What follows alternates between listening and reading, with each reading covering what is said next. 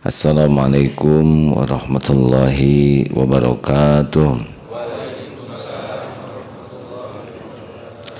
Alhamdulillah, alhamdulillahi rabbil alamin. Allahumma salli ala Sayyidina Muhammad wa ala alihi wa ashabihi ajma'in. Semoga kejadian apapun yang menimpa, baik yang kita sukai maupun yang tidak kita sukai, ujungnya sama, membuat Allah ridho kepada kita. Hidup ini tidak akan selamanya cocok dengan keinginan kita. Sebagian besar hidup kita tidak cocok, bahkan ada yang sebaliknya dari yang kita inginkan. Tetapi bukan masalah cocok tidak cocok. Yang terpenting bagi kita adalah kita mendapatkan apa yang terbaik menurut Allah Subhanahu wa Ta'ala. Karena hanya Allah lah yang paling tahu apa yang terbaik bagi kita.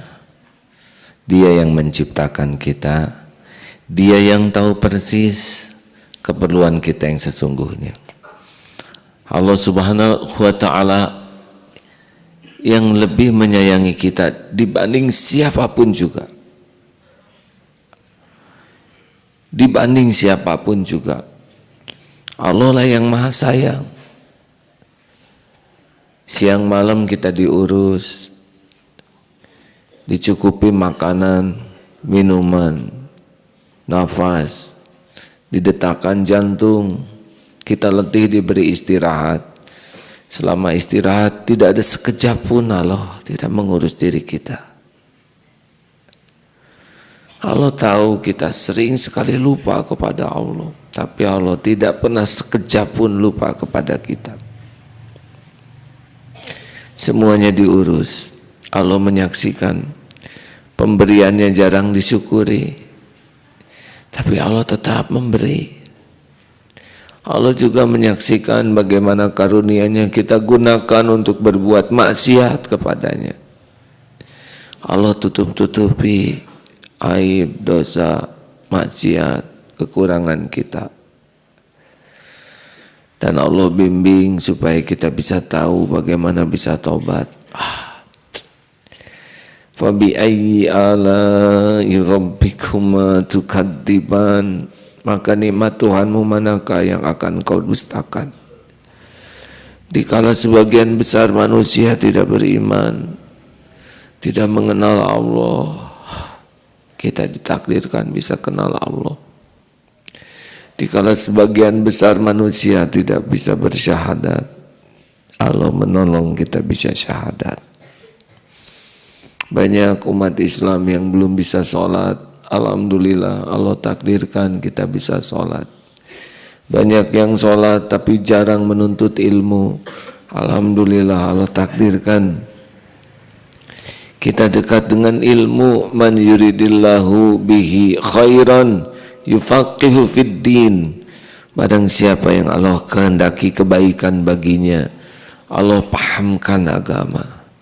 Fabi ayyi ala'i rabbikuma tukadziban, maka nikmat Tuhanmu manakah yang akan kau dustakan?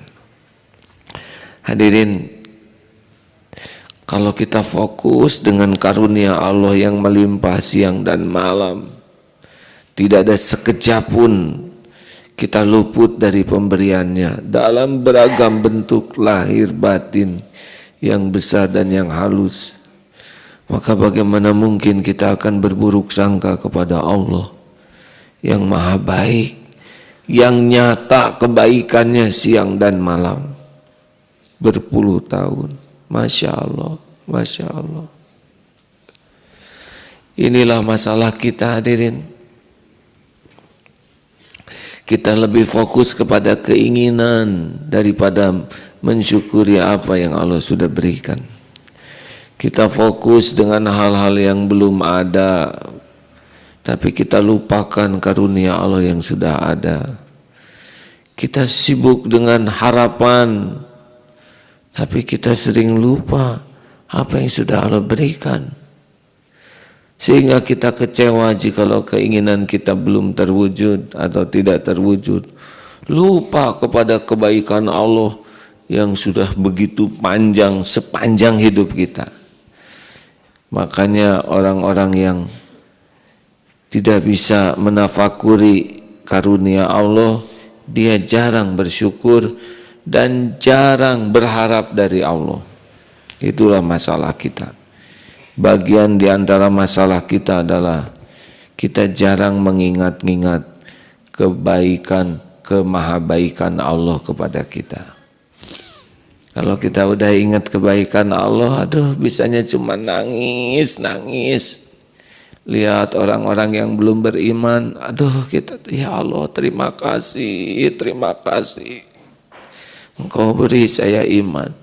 Lihat orang-orang yang berbuat maksiat, bergelimang dosa, terima kasih ya Allah, Engkau lindungi saya.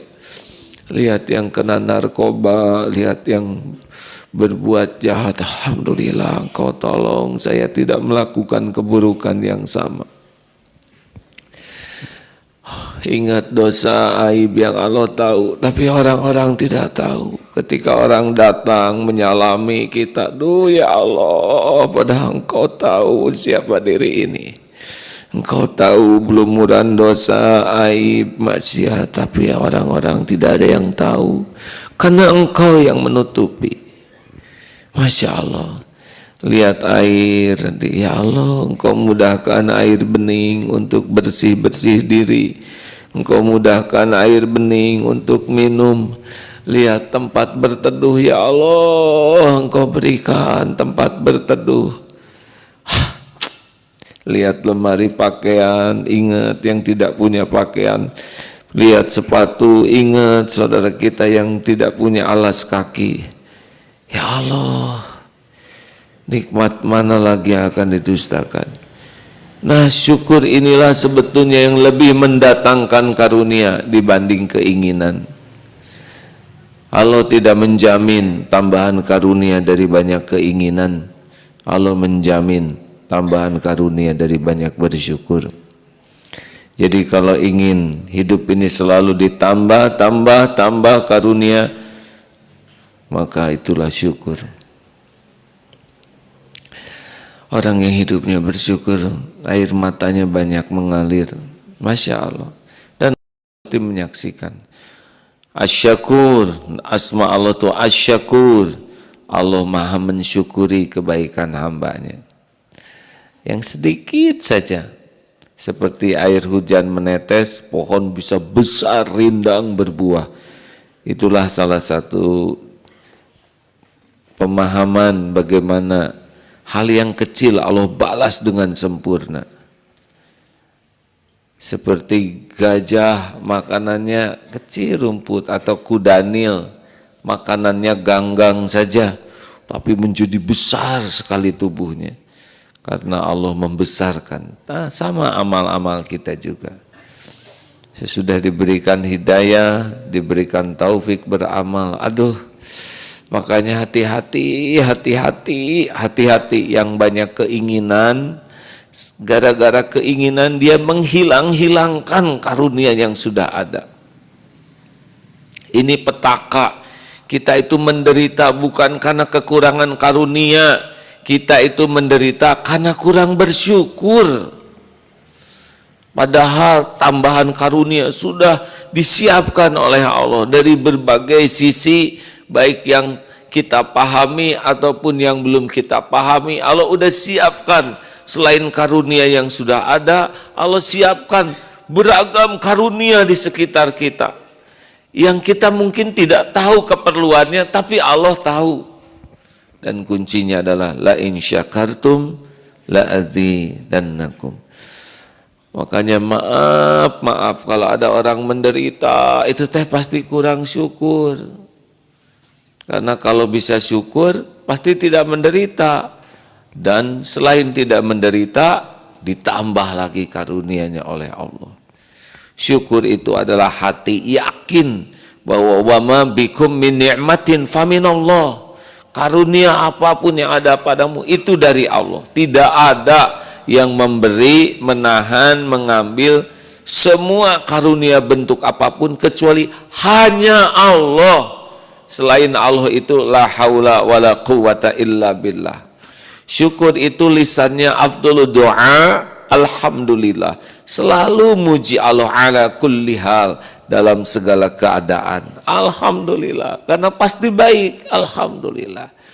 Punya uang alhamdulillah, tidak punya uang alhamdulillah. Loh kok alhamdulillah? Kan masih punya iman.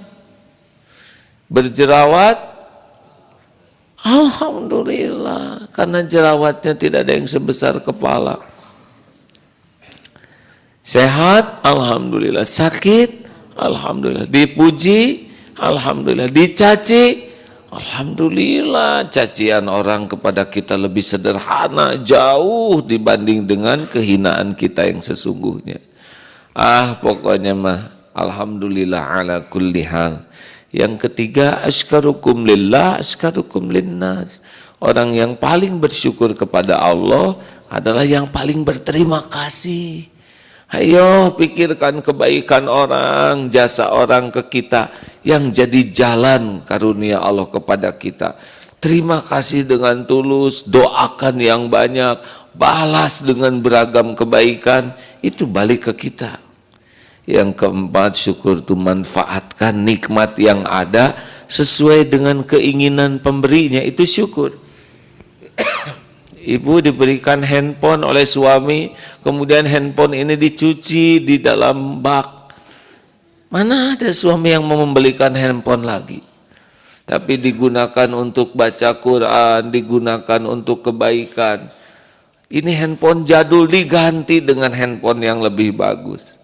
Sama diberi kening oleh Allah, kita pakai banyak sujud, tambah tenang. Diberi bibir, lisan, dipakai banyak menyebut nama Allah, tambah barokah. Diberi harta, dipakai di jalan Allah, tambah melimpah. Pokoknya gunakan apa yang Allah berikan sesuai dengan keinginan pemberinya, itu syukur. Dan tampakkan nikmat itu supaya orang makin berharap dari Allah. Bukan menampakkan karunia supaya orang memuji kita, tapi tampakkan karunia supaya orang memuji Allah, sehingga orang berharap kepada Allah. Itu diantaranya cara-cara bersyukur. Mudah-mudahan manfaat. Ayo tenggelamkan diri dalam senang mengingat karunia Allah. Insya Allah hidup akan berubah jauh lebih bahagia dan ditambah lagi karunia. Amin ya rabbal alamin.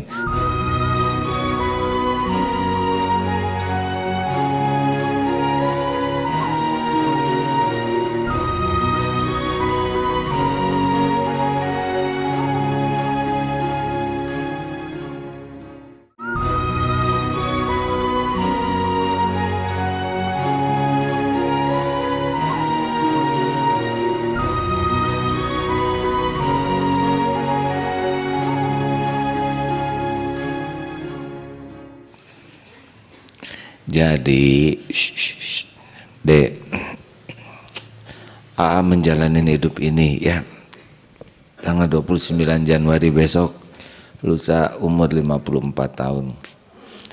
Pikir-pikir gitu ya, tafakur, ini hidup teh asa bukan enggak sesuai dengan keinginan saya, tapi lebih bagus. Ini mah kita-kita aja ya. Saya tafakuri waktu zaman SD, SMP, SMA, kuliah. Kuliahnya juga elektro, ekonomi, lagi sempat sekolah teknik industri yang gak nyambung coba ya. Dengan pesantren, baru start belajar agama intensif tuh umur 23-24. Telat, sangat terlambat dibanding adik-adik ini. Ya, kecuali dibanding semua ya nggak apa-apa ya, senasib. Terus kenapa bisa jadi ada pesantren gini ya? Sana pesantren, situ pesantren. DPU sekarang sudah 16 cabang Darutoh itu, Dompet Peduli Umat. Tahun ini kita ingin menyalurkan dana sejumlah 72 miliar rupiah. Tahun kemarin 2015 52 miliar. Kaya ya kan? Kita bisa menyalurkan dana 52 miliar. Perputaran uang di Darut Tauhid ini tahun kemarin 235 miliar, 1/4 triliun. Pikir-pikir dari mana ini? Ngegaji, belum ngasih makan parentul gini ya, yang kurang jelas santri ini ya.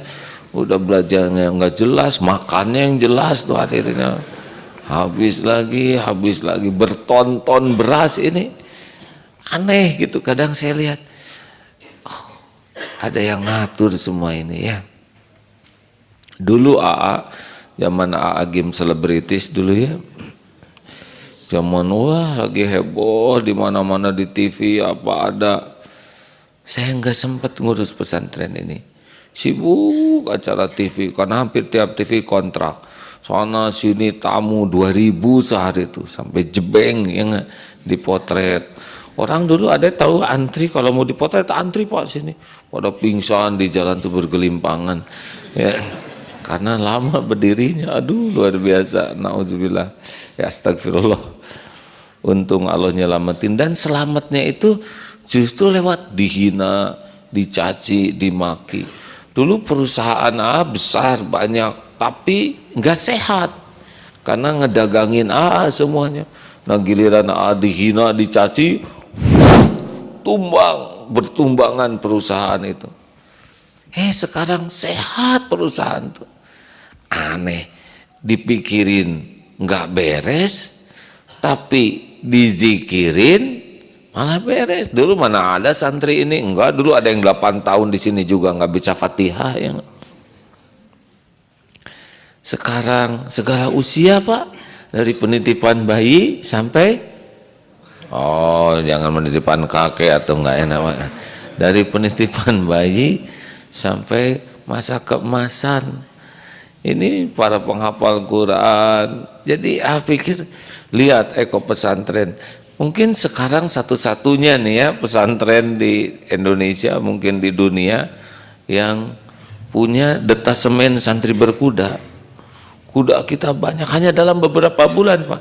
Saya bulan Maret ketemu dengan kuda, perjumpaan pertama, lalu yaitu lagu The First Time itu ya. The first time.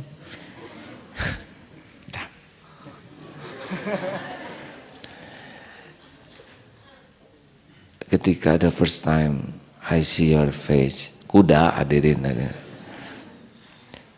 Ingat kuda, April beli kuda 1, 2 dari Garut. Sekarang sudah booming di mana-mana ya. Kemarin ceramah sekarang di medsos katanya, medsos itu media sosial, lagi topik trendingnya berkuda. Masa? Dilihat ternyata di piknya berkuda. Kalau Allah mau gitu ya, ada pesantren, ada stable, ada itu sekarang. Bukan hanya kavaleri yang punya. Sekarang adik-adik tahu santri berkuda untuk sampai bulan Februari yang belum ada ini, sudah bookingan yang mau datang berdatangan dari mana-mana, Jakarta, bahkan dari Belgia, mau berkuda di sini, nggak jelas pisannya. Kalau Allah mau beres, tiba-tiba datang santri zaman dulu yang berkuda, ada beres. Ini manajemen rumit, tiba-tiba datang Pak Ruli Asana, presiden direktur perusahaan Jerman di Indonesia yang ahli sistem gitu. Gaji pokoknya aja yang gitu aja 150 juta. Kalau kita sama nggak gerem juga tetapnya 1,5 juta ya. Gabung sini, mau tuh dibereskan sekarang sistem, perusahaan-perusahaan jadi enak, Masya Allah. Yang mau umroh nggak ada promosi, saudara tahu biaya promosi itu minimal 20%. sampai 30%, itu normalnya perusahaan. MQ travel kita ini 0,03% promosinya, ya enggak? Tapi diganti dengan sedekah. Sedekah bisa sampai 1/4 dari keuntungan misalkan. Sedekahkan. Antri yang mau umroh tuh. Haji, gak usah banyak promosi. Oh, enak ya kalau mau diatur Allah. Mau tahu rahasianya? Ya kalau nggak mau nggak apa-apa. Terlalu keras juga nggak mau.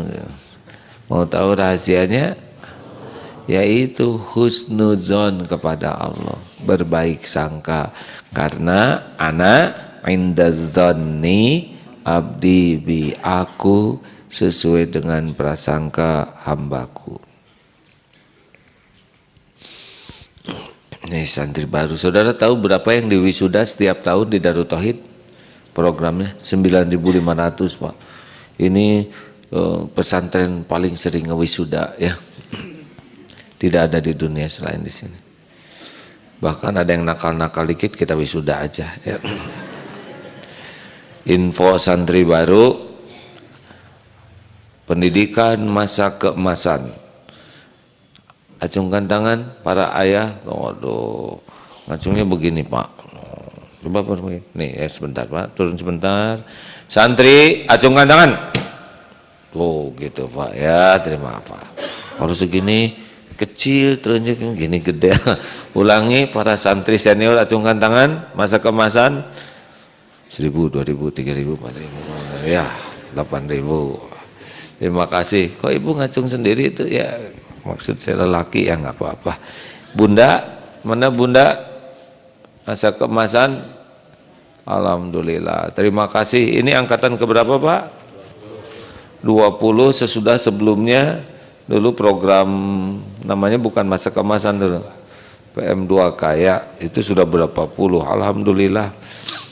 Lalu APW, akhlak plus wirausaha, acungkan tangan. Wah, ini yang bekerja lama nih. Berapa bulan ini deh programnya? 100 hari. Alhamdulillah. Ada bosan nih lihat. Awas ya adik-adik, kalau pas bagian wirausaha jangan suka ngejar-ngejar AA. Ini yang membangkrutkan kelompok ini nih ya. Nanti mereka kalau udah bagian jualan pasti nyari-nyari saya Pak. Aika kiai itu lain mere naon. Masa tiap ketemu santri bawa donat saya harus beli? Ada santri 46 begini, saya jadi raja donat. Namanya Radon. Daurah Kolbiah, acungkan tangan, program sebulan. Alhamdulillah. Terima kasih Dek. Ya begitu. 26 tambah ya, ini santri baru. Nanti setiap sanlat itu Pak, sekarang bisa 3.000 tuh. Masya Allah. Ada yang mengatakan, wah ini enak. Enak-enak apa? Ini tanggung jawab. Harus dipertanggungjawabkan. Sama di Jakarta ada pesantren. Apalagi itu lebih jauh Pak, ke kampung. Kadang aduh kalau harus jalan malam gitu, naik motor sepi. Apalagi kemarin lagi nyetir, ada rumah kosong, gelap gitu. Saya malam-malam nyetir, tiba-tiba kipas kaca jalan sendiri Pak. Alah, pas lagi ngebut nih, jalan sendiri. Pas saya lihat kaca spion, ternyata di belakang enggak tuh, enggak ada apa-apa. Rupanya karena belok kerusuh, jadi kesentuh, jadi oh kenapa nih, siapa yang ngegerakin? Masa tahu oleh jin ya. Ya sudahlah, sok aja jin kalau mau ikut. Maaf ya ayah. Sok. Saya ingat kalau di kamar mandi ada yang kecuplak, ya terus gosek WC aja sekalian gitu. Lalu dibanting aja sikatnya oleh jin.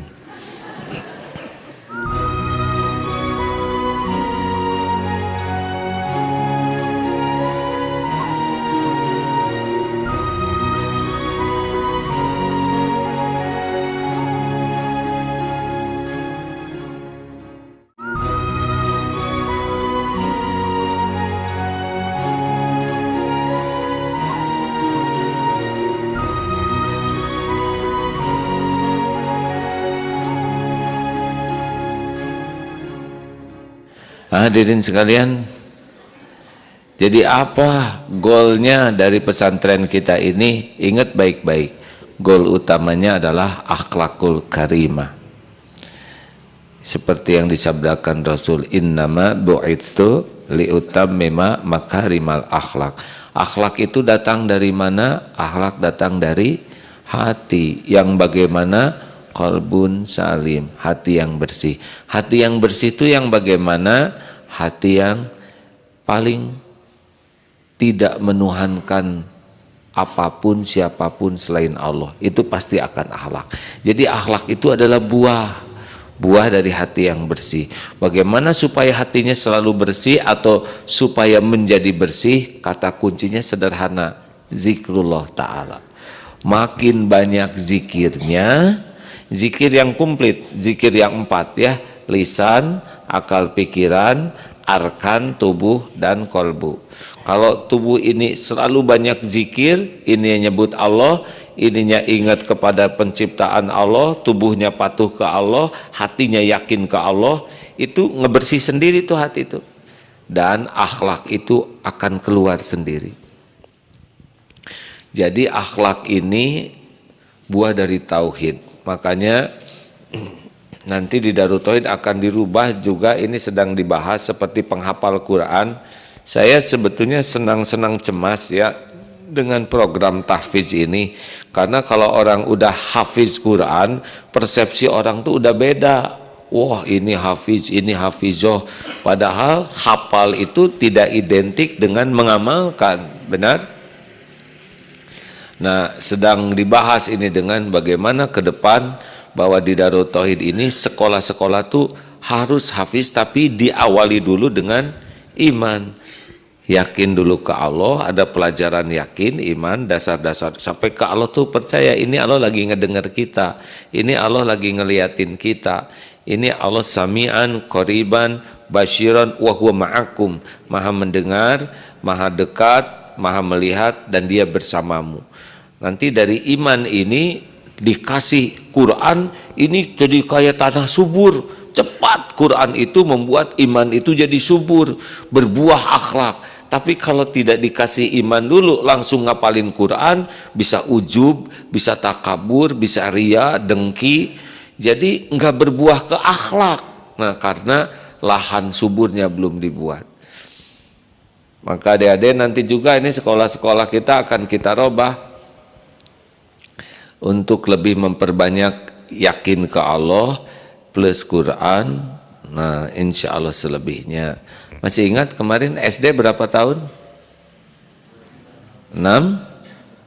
Kalau lulusan SD apa kerjanya? Jawab. Direktur utama? Susah ya. Susah benar, 6 tahun. SMP 3 tahun. Jadi 9 tahun. Jadi apa lulusannya? Cleaning service. Tidak merendahkan ini ya, tetapi memang agak susah untuk mendapatkan sesuatu. SMA 12 tahun nih belajar. Susah, tetap lulusan SMA, front office dan sebagainya, benar? Sarjana muda tambah 3 tahun, 9. Jadi berapa jumlah jamnya? 12, 15 tahun. Ah, baru tah rada-rada sejutaan. Coba kalau ngapalin Quran, hadirin, hafal Quran, ada enggak yang dikasih kerjaan? Misalkan saya tidak niat merendahkan ya, pasti pekerjaannya baik, benar? 3 tahun hafal Quran, tambah 3 tahun hafal hadis. Saya lihat Gaza tuh, anak, maaf ini ya cerita anak, dia kan SMA, udah ceramah sana sini, benar? Dalil, dibalik semua keterbatasan dan kekurangannya dihormati, padahal masih SMA, belum tamat. Sebabnya apa? Syariatnya hafal Quran. Jadi ingin nanti teman-teman ini, adik-adik ini lebih prioritas lagi untuk menghafal Quran dengan tulus ya, bukan untuk dihormati orang. Saya percaya nih kalau jangan tercepet-cepet nih sekolah tuh kecepatan, mending nanti Kan kita akan ada SMA akhwat, sekarang masih ada di dalam gambar ya, perencanaan. Tapi nanti SMP tamat, blok dulu setahun ngapalin Quran baru masuk SMA. Nanti bagusnya SMP SMA tuh satu paket 12 tahun berapa? 6 tahun, nah, 7 hafal Quran, dan udah gitu beasiswa ke sananya kuliahnya. Kan enak nanti yang jadi tentara kepada Panglima Kodam Mayor Jenderal Haji Abdullah Al-Hafiz. Bagus ya. Kejaksaan Agung dipimpin oleh Hafiz ya. Dan semua menteri minimal 30 juz. Ada yang lebih gitu nanti. Dan Presiden Indonesia akan datang nanti hafal Quran. Waduh, sepertinya barokah bangsa ini ya. Saya tidak tahu saya masih hidup atau tidak, tapi kita bangun ini sekarang. Sebab kalau kita hanya jengkel dengan negeri ini, nggak selesai masalahnya. Apalagi sekarang ada Gavatar apa namanya? Kan? Ya, pada hilang nih adik-adik. Ada organisasi Gavatar ya? Apa?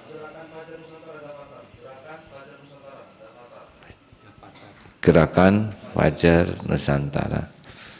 Pada hilang tuh orang-orang karena mereka berkumpul, nggak sholat dan sebagainya. Kita mah nggak usah ngarang lah, ada Rasul bener. Rasul senyum, kita senyum. Rasul sholat, kita sholat. Rasul baik, kita berusaha baik. Udah lah gitu ya, setuju?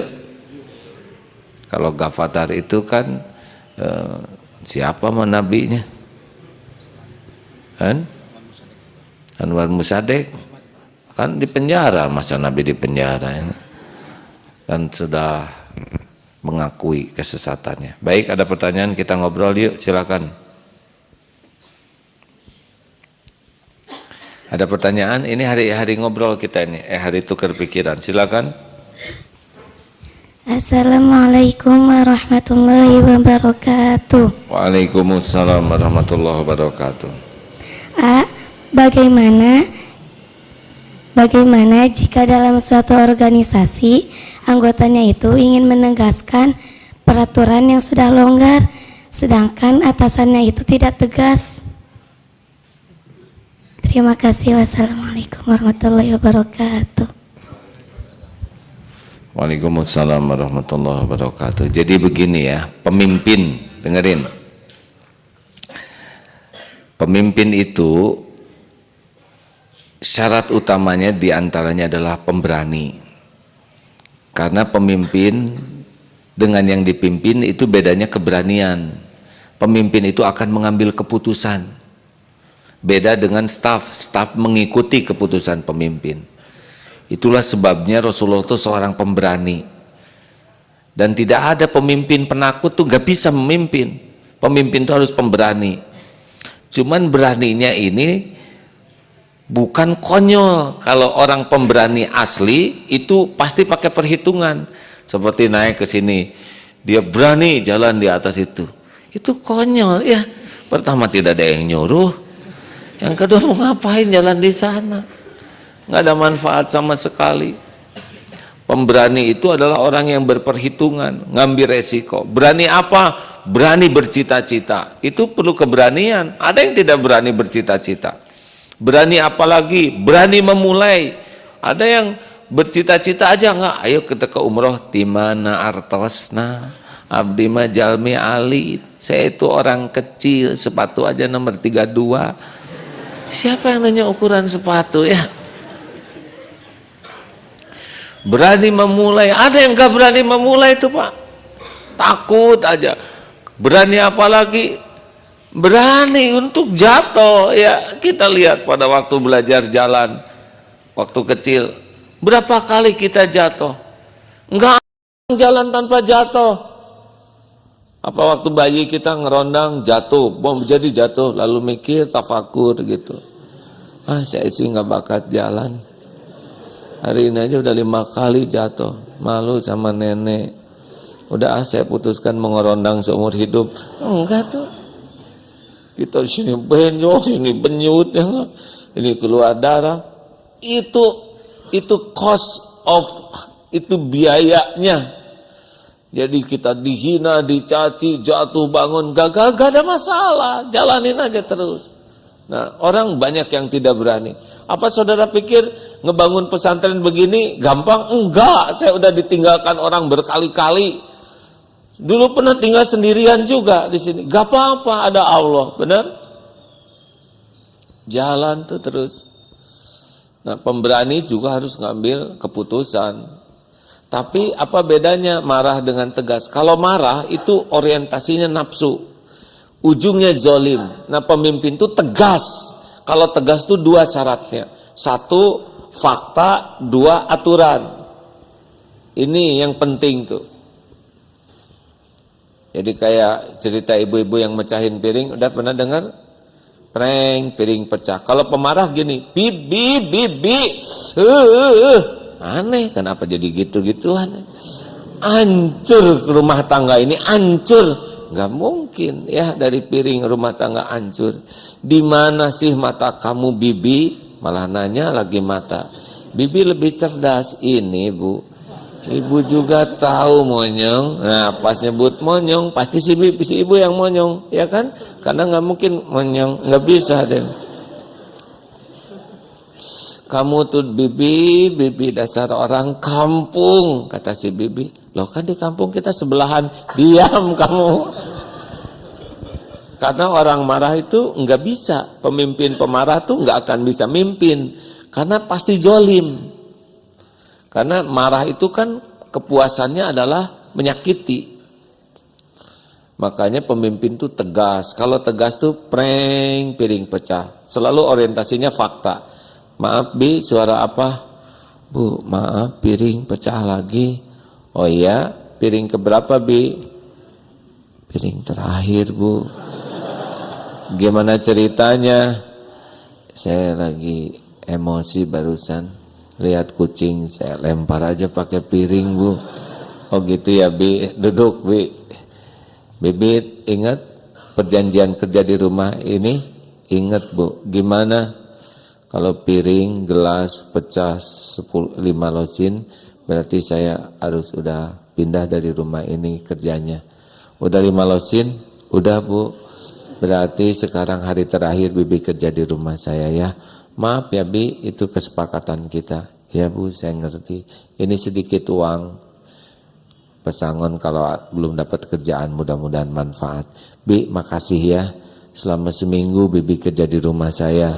Banyak sekali kesan yang mendalam. Saya doakan semoga Bibi punya tempat kerja yang lebih baik dari rumah ini. Yang piringnya terbuat dari baja. Nah, itu emosi hadirin. Gak usah nyebut baja yang... Keputusan jalan. Nah, gitu deh. Mana yang nanya tadi? Ya deh, harus jalan. Saya juga di sini, kemarin harus merumahkan orang yang berbuat udah banyak, udah 15 tahun. Tapi saya dapat faktanya. Saya lihat dulu, coba di print pelanggarannya apa. Ajak duduk. Ini saya dapat laporan begini. Bagaimana, benar atau tidak?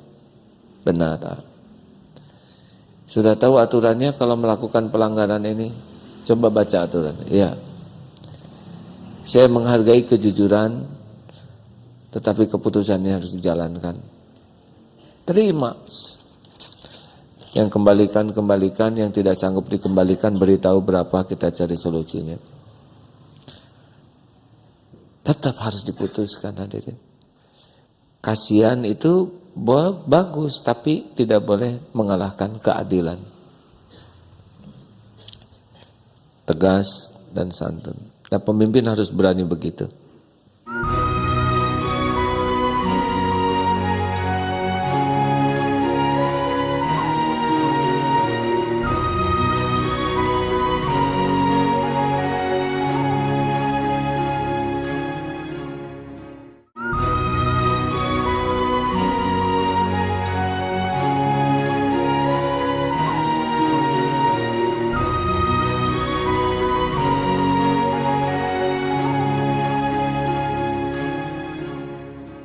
Siapa dari mana ini? Nama saya Robi Saputra. Kebetulan saya ada rapat di hotel. Saya salah satu karyawan BUMN. Alhamdulillah. Alhamdulillah. Silakan. Pertanyaan saya terkait dengan pelaksanaan ibadah sholat tepat waktu pada saat kita melaksanakan atau dalam pekerjaan. Ada anjuran salah satu direktur kami bahwa untuk pelaksanaan sholat tepat waktu pada saat kita bekerja itu kita dihadapkan pada pilihan, khususnya pada saat mungkin kita melaksanakan rapat yang tidak bisa kita tinggalkan. Sering khususnya saya menghadapi hal itu pada saat waktu sholat asar. Jadi rapat yang tidak bisa ditinggalkan atau pada saat saya juga memimpin rapat tersebut. Nah ini kadang untuk sholat asar tepat waktu itu beberapa kali saya tinggalkan. Nah mohon arahan dari AA kira-kira apa yang bisa saya. Kalau baik, terima kasih. Kalau dalam rapat itu ada yang mau ke toilet gimana? Boleh? Boleh? Ke toilet 5 menit bolehkah? 3 menit ke toilet, 4 menit, boleh enggak? Boleh? Udah aja kalau ke toilet boleh, masa sholat enggak ya enggak? Halo?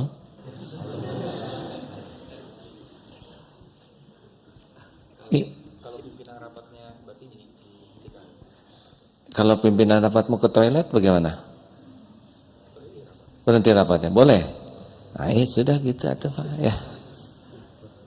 Halo? Ya. Seperti saya barusan. Kan enggak kacau Indonesia. Baik-baik saja. Saudara tetap diam. Karena ke toilet itu tidak bisa diwakilkan ya. Coba Pak Nur tolong wakili ya enggak?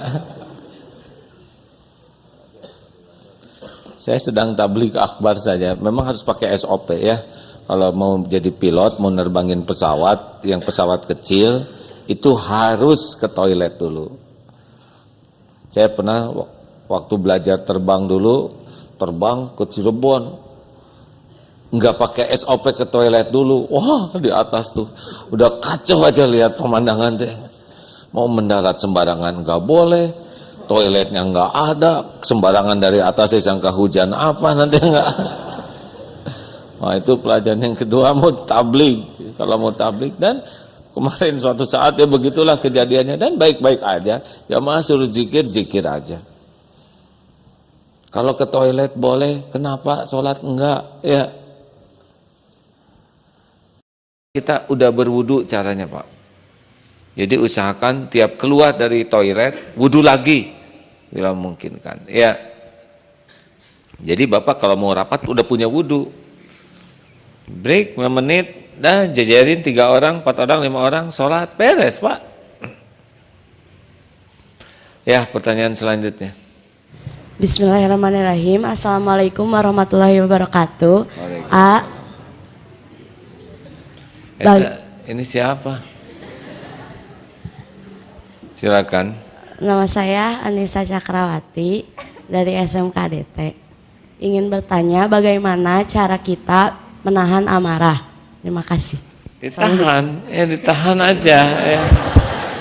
Seperti nahan napas ya. Atau seperti nahan kentut lah ya enggak.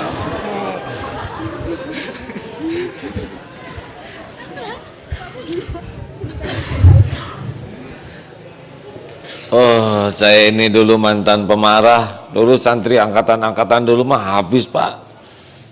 Kalau udah jengkel tuh ya tengkurapkan, injak perut, kata cerita pada jengkel. Di sana tuh dulu drum tuh di depan masjid tuh Pak. Ya, masuk, diam aja di dalam drum. Tapi lama-lama ada yang seneng ya. Kenapa? Sekaligus mandi katanya. Saya galak dulu. Sekarang masih galak nggak sih Dek? Hah? Sekarang saya berusaha membedakan antara marah dan tegas ya. Kalau marah itu ofensif, pasti nyerang orang, tapi kalau tegas hanya 2 tadi, aturan dan bukti. Dah cuman itu aja. Aturannya begini, buktinya begini. Jadi tidak pakai kepentingan pribadi. Kalau marah pasti nyerang ke orangnya. Kamu ini bodoh, itu marah tuh. Nggak perlu, kan nggak mungkin hakim saudara terdakwa kurang ajar. Saya benci lihat engkau. Amit-amit jabang bayi 7 turunan dan rasakanlah palu ini dari jauh. Ini nggak mungkin ya. Ini hakim ini nggak diterima. Belum lagi Pak Hakim palunya habis. Tidak ya, saya bawa 15 palu ada. Pasti kacau pengadilan begitu ya. Hakim dan palunya dimodifikasi seperti palu Thor itu. Nggak mungkin. Hakim tidak boleh melibatkan perasaannya. Jadi gini deh, kalau mau marah ya, di kamar itu dikasih papan kayu. Tiap marah tancepin paku, marah tancepin paku. Lihat sehari berapa marahnya dari jumlah paku. Nah, setiap kali minta maaf cabut pakunya. Maafin saya, cabut. Nanti paku habis, yang tersisa apa? Bolongnya. Nah, gimana ngobatin robek di hati orang? Nggak gampang. Maka cara yang paling baik supaya nggak ada bolong, jangan nancepin paku. Orang memaafkan dengan melupakan itu beda. Kalau memaafkan bisa langsung, maafin saya, iya. Tapi ngobatin robek di sini, oh nggak gampang. Bisa bertahun-tahun, bisa seumur-umur dia. Dulu guru itu, saya nggak terima, gitu. Udahlah, jangan marah-marah. Jelek lagi orang marah tuh, kalau makin marah akalnya makin turun. Lihat wajahnya, benar? Sorot matanya mendengus, kakinya juga koes ya. Tangan dibanting, pintu wah udah nggak bener aja lah. Orang yang marah mah error. Makanya kita jangan sakit hati oleh orang marah, karena orang marah nggak normal. Gimana kalau saya dimarah oleh suami saya misalkan, ya tinggal dijauhin aja teleponnya ya. Pas udah kira-kira 10 menit, maaf Pak, putus-putus, boleh diulangi lagi? Nggak boleh. Zikirnya kalau lagi jengkel, a'udzubillahi minasyaitonirrajim. Tapi jangan dikeraskan. Misalkan guru lagi a'udzubillahi minasyaitonirrajim. Nah, disangka itu setannya, nanti tambah marah. Pokoknya kalau hati kita lagi jengkel sekali, a'udzubillahi minasyaitonirrajim. Nah, selanjutnya jangan ngomong kalau lagi marah tuh. Karena kalau kita udah ngomong itu kayak bola bergulir terus, membesar kayak bola salju. Diem. Lalu langkah selanjutnya pindah posisi. Ya, itu sunnahnya begitu. Dari berdiri, duduk, berbaring, ya tentu proporsional ya. Jangan di kelas pada berbaring, ngapain ini? Kita jengkel ke guru ya nggak? Tugasnya banyak bener, cinggaloler ya nggak?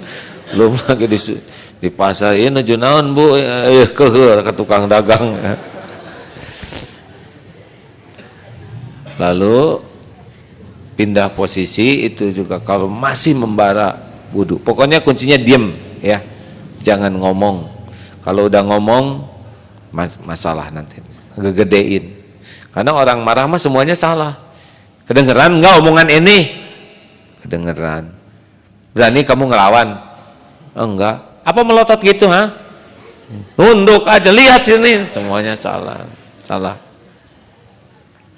Ya seperti ini calon suami ya. Kalau nanti udah berumah tangga jangan marah. Kan Pak. Iya Bu. Mau beli masakin apa hari ini?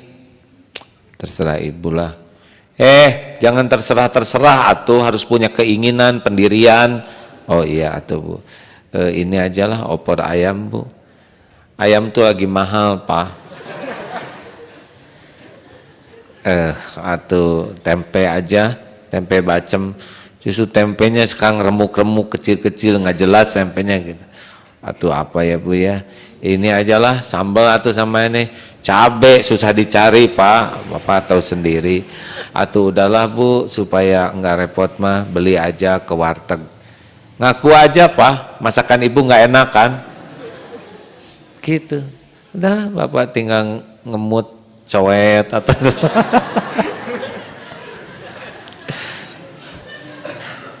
itu kalau wanita kadang-kadang begitu serba, dan kita nggak boleh marah. Apa ya Bu, ini liburan nih, mau kemana maunya? Pantang nyebut terserah karena pasti masalah ya kan. Kita ke pantai aja lah.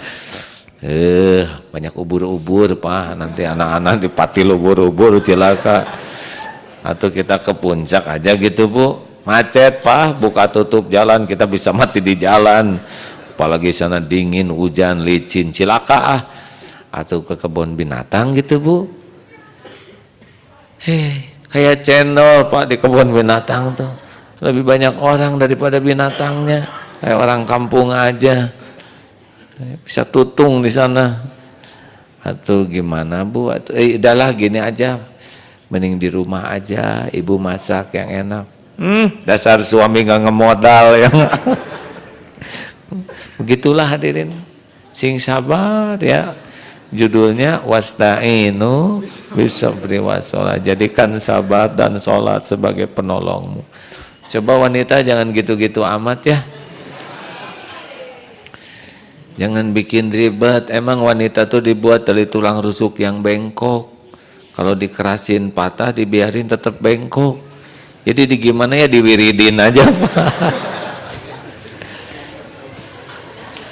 ini akhwat, jangan kayak gitu kalau udah jadi ibu-ibu ya. Lempeng, enggak Bu. Nah ciri khas lainnya adalah enggak ngaku. Ini santri baru ibu-ibu. Coba buat santri yang lama diam, jangan jawab. Ini khusus buat santri baru. Ibu-ibu, akhwat, kalau dikejar anjing mau gimana? Lari. Kalau balapan dengan anjing, kalau lari sama-sama anjing, cepetan mana?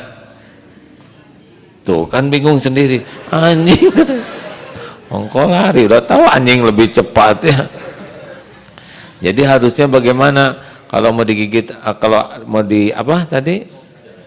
Kalau dikejar anjing, ya udah doa, ya Allah jangan biarkan anjing mengejarku, gitu. Sambil lari yang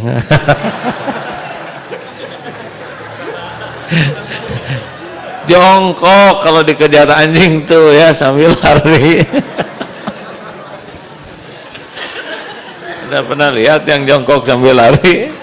Kan menarik. Nah, udah saya jadi nakal begini, jadi dosa. Dah, terima kasih, udah jam 6.